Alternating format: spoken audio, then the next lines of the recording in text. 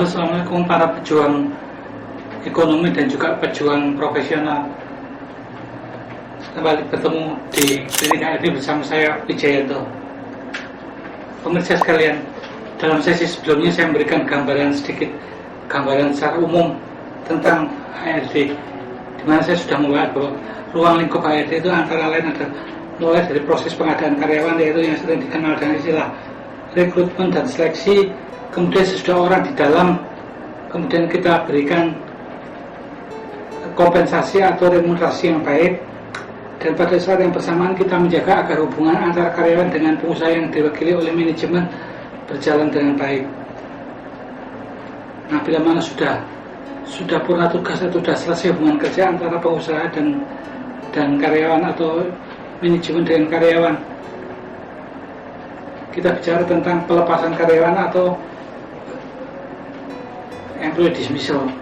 Jadi entah orang berhenti hubungan kerja karena pensiun, karena mengundurkan diri, atau karena pekerjaannya sudah tidak ada lagi.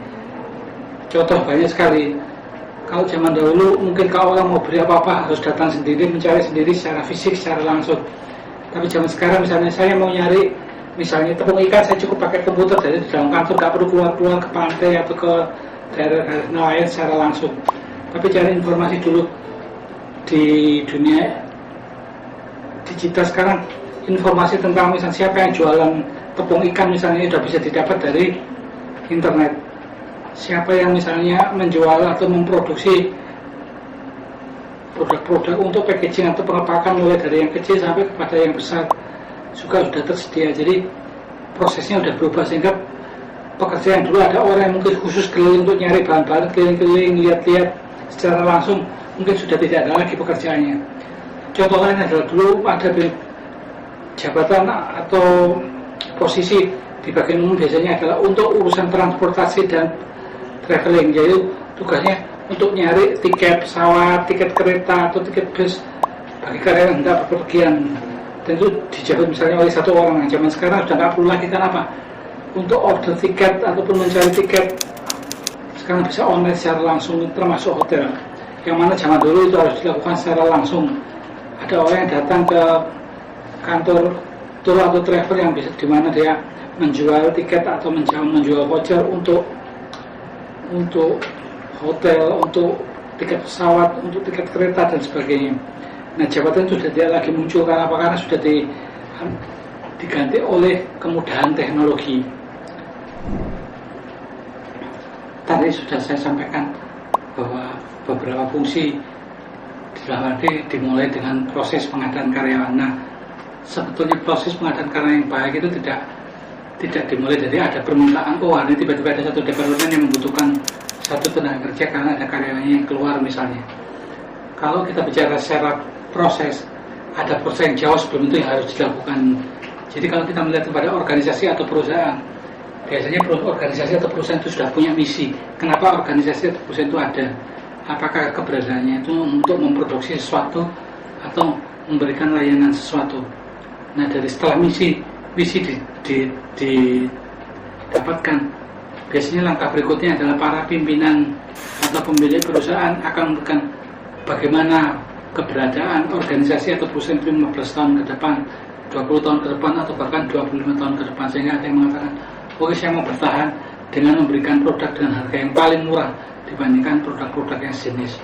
Atau dia mengatakan bahwa saya akan bertahan karena saya menguasai pasar, jadi 90% dari barang yang ada adalah produksi dari perusahaan mereka.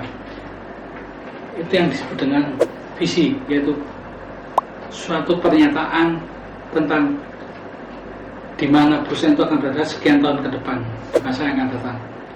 Nah, setelah visi ditetapkan, istilahnya mau kemana, tujuannya perusahaan itu 25 tahun ke depan, visi yang ada itu kemudian diterjemahkan menjadi kebijakan. Kalau begitu, kalau misalnya nih bahwa tujuannya adalah menjadi penguasa pasar, maka mungkin kebijakannya ada, oke, dalam 5 tahun pertama akan memperbanyak jumlah cabang perusahaan misalnya untuk memberikan layanan supaya produknya bisa tersedia di mana saja. Atau ada yang menginginkan bahwa produk saya harus jadi produk nomor 1, maka kebijakan yang muncul adalah bagaimana mendapatkan orang-orang yang kreatif, dan mumpuni untuk membuat produk-produk baru atau produk-produk yang bisa memimpin di antara produk-produk sejenis atau pesaingnya. Jadi itu yang disebut dengan istilahnya kebijakan strategisnya. Jadi sudah kebijakan strategis itu ditetapkan atau diputuskan, itu akan diturunkan supaya bukan cuma jadi sekedar rencana atau wacana, diturunkan untuk diterjemahkan menjadi program. Bagaimana program pengadaan karyawannya, bagaimana program untuk mempersiapkan infrastrukturnya, bagaimana pengorganisasian orang-orangnya dan sistem yang ada yang diperlukan. Apakah perlu ada infrastruktur tambahan atau investasi yang harus diberikan.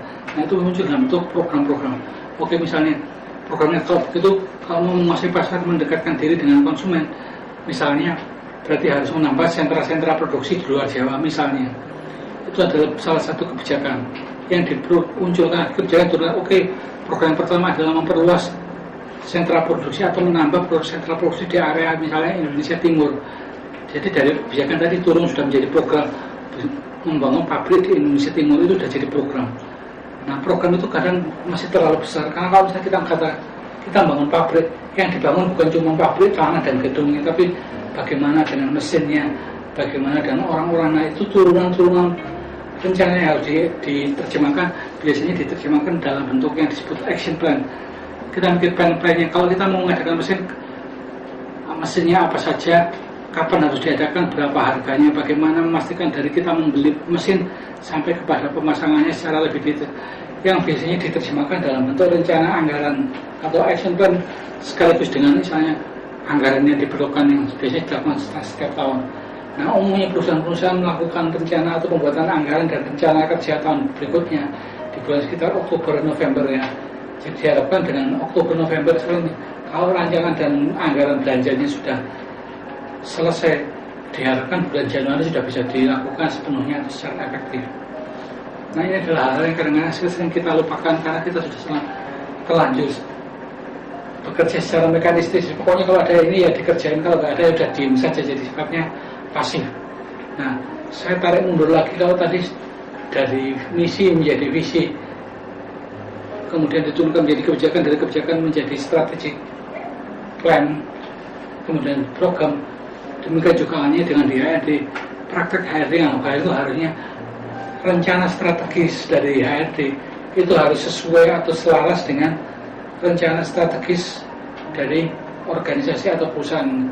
Contohnya, kalau tadi saya katakan bahwa misalnya perusahaan mengatakan 5 tahun lagi atau 10 tahun lagi ingin perusahaannya, produknya itu menjadi penguasa pasar, maka orang HRD juga harus sekali sudah mikir, berarti 10 tahun lagi akan banyak diperlukan orang-orang di seluruh Indonesia.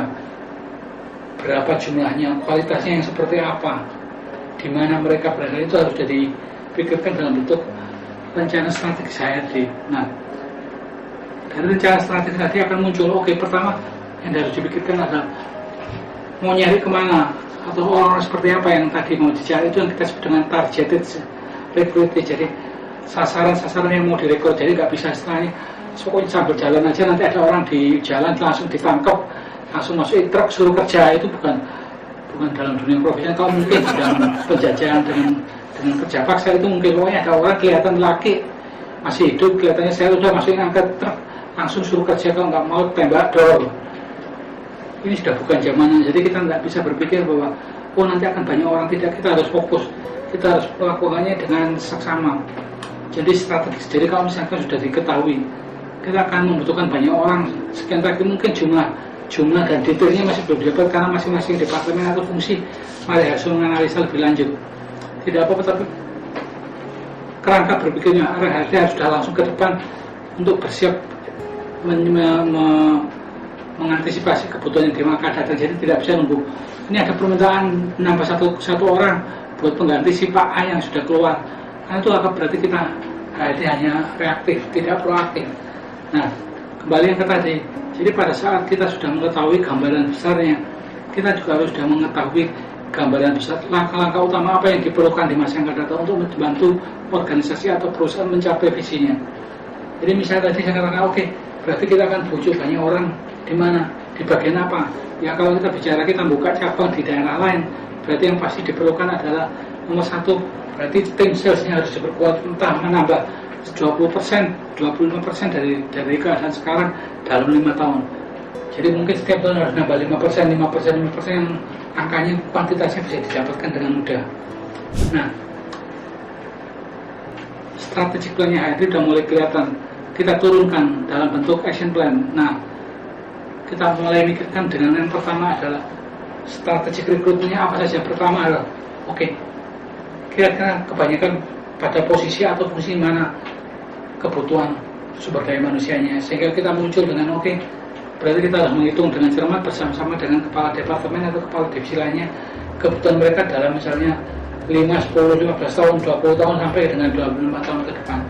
Sesuatu hal yang dikatakan gampang-gampang susah karena tidak bisa hanya dengan menggunakan metode kuantitatif. Pokoknya setiap tahun tambah 5 orang, tidak bisa seperti itu, tapi harus dididik. Dia juga dengan beban kerjanya. Banyak orang kalau misalnya kurang kerjaan juga berarti kita tidak efisien.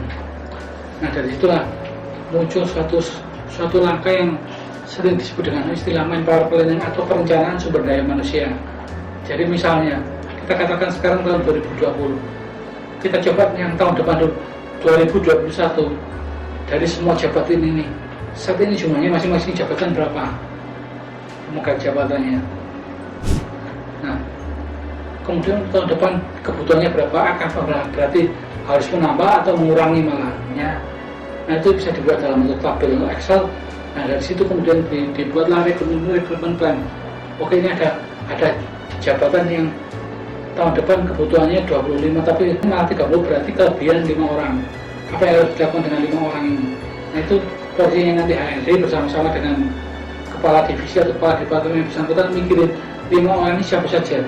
Apakah mereka terpaksa di PHK atau dipensiunkan, atau bisa dirotasi, ditempatkan di posisi yang lain dalam perusahaan. Nah, sebaliknya kalau sekarang jumlahnya baru 20, kebutuhan tahun depan 25 orang, berarti kita punya waktu katakan dalam 3 bulan ke depan harus mengisi kekurangannya 5 orang, karena kebutuhannya dibutuhkan adalah akhir Januari atau awal Februari. Jadi pada bulan Januari 5 orang tersebut harus ada atau sudah didapatkan masuk di dalam perusahaan.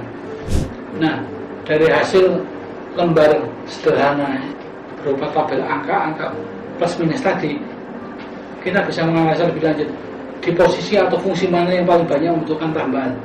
Nah, dari situ dibuat strategic plan atau recruitment plan-nya. Nomor satu adalah memikirkan orang-orang, misalnya di situ dibutuhkan banyak tenaga produksi, di mana atau orang seperti apa yang dibutuhkan. Jadi istilahnya kita mulai pikir targetnya itu siapa yang harus direkrut dan mereka ada di mana. Kalau tenaga produksi mungkin membutuhkan orang-orang dengan pendidikan minimal SMA atau lebih baik, misalnya kebutuhannya adalah misalnya lulusan STM mesin atau SMK mesin ya. Nah, baru langkah berikutnya, di mana yang banyak lulusan SMK mesin atau yang lulusan SMA dengan tambahan keterampilan tertentu. Kita mulai targetkan, kita mulai spesifikkan lagi. Sama halnya kalau misalnya dibutuhkan adalah sarjana atau diploma teknik, kita harus nyari di mana orang-orang itu ada potensinya. Mungkin di Surabaya, karena di Surabaya ada misalnya ITS. Harus ke Bandung karena di Bandung ada ITB. Ke Solo karena di Solo ada Akademi Teknik Industri yang mungkin lebih relevan. Itu kita mulai menetapkan strategi, menetapkan sasaran yang mau direkrut di mana.